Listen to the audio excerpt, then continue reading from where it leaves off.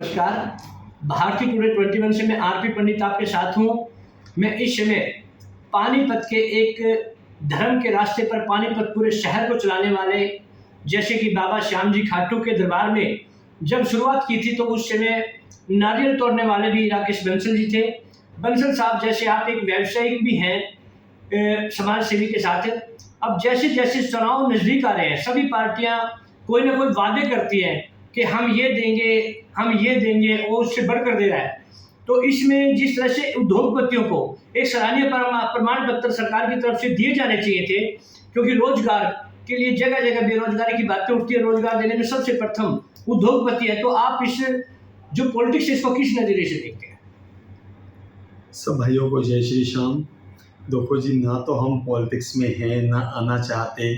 हमसे तो बाबा श्याम के बारे में बात करें, उसके बारे में हम दिल खोल के बात करेंगे।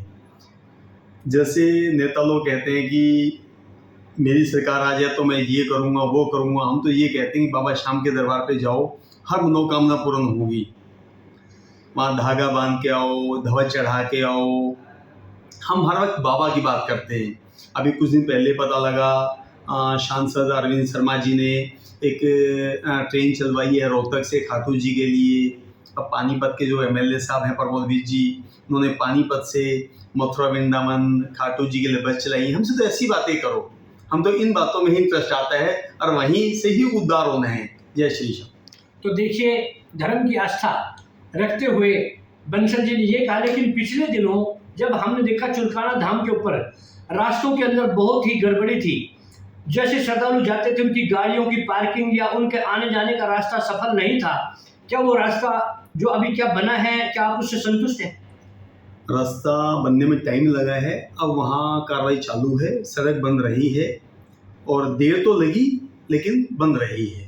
अब किसकी कमी थी इस बात का कहना उचित नहीं है, लेकिन बन गई है। वो कार्य चालू है, वहाँ पे जल्द ही बन जाएगी जी। तो देखिए, पिछले दिनों राकेश बंसल जी ने पानीपत से एक ध्वज यात्रा जो निकाली थी वह एक देखने योग्य थी। यही कारण था कि जब वहां पर गए तो उस समय बरसात के मौसम में सभी बच्चे महिलाएं उनके कपड़े भी सुरक्षित नहीं गए, क्योंकि वो भी गिरते पड़ते हुए गए।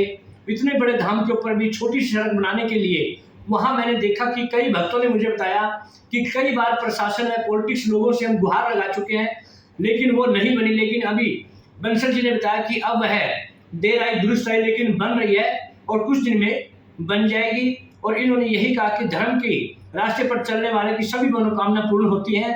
सरकारें आती हैं चली जाती हैं और पॉलिटिक्स क्या कहते हैं, हमारा उसकी तरफ कोई ध्यान नहीं, लेकिन हम भगवान को एक साक्षी मान के उसकी आस्था में लीन है। और सभी मानवता के लोगों को भी इन्होंने ये संदेश देने की कोशिश की कि आप बाबा श्याम के चरणों में जाइए और सदा सुखी रहिए। जय हिंद, जय भारत।